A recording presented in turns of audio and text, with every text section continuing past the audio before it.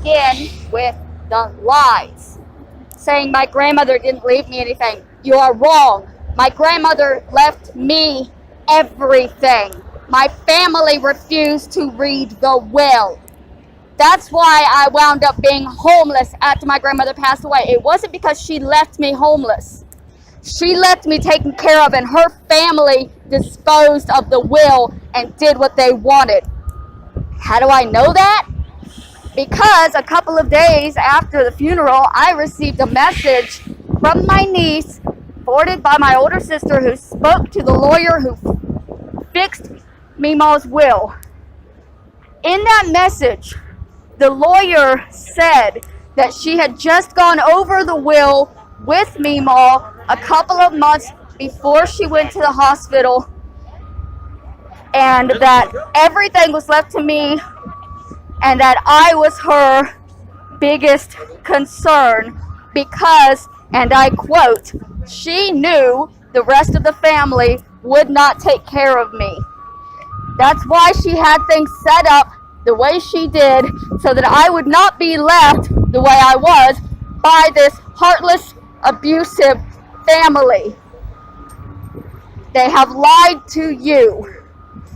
The idea that just because I'm a grandchild, that means that I was left nothing in the will is ridiculous. When she specifically wrote the will to leave me everything. Kathy was written out of the will when I was 7 years old. That's why Kathy and Meemaw had stopped seeing each other for a very long time. There were years where Meemaw and Kathy barely spoke. Kathy stopped sending her Christmas cards, stopped calling her. The only time Meemaw saw Kathy was when she would drive up to Georgia to see her. Kathy was written out of the will when I was a child. My grandfather changed the will to leave everything to me because he had had a falling out with his children. They saw me as their child.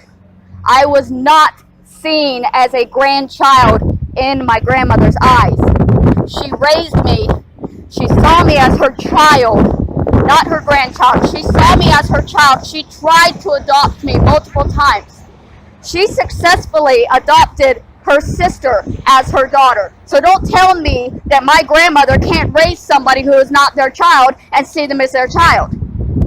That was my grandmother. She raised practically all of the people in our family, all of her siblings, because her mother was put in a mental hospital when she was very young. You don't know what you don't know. But you think you do, because Kathy said so. Kathy is a liar. Her own mother knew she was a liar. Her own mother would tell people Kathy's two-faced, that she would stab you in the back while helping you find the person that stabbed you in the back.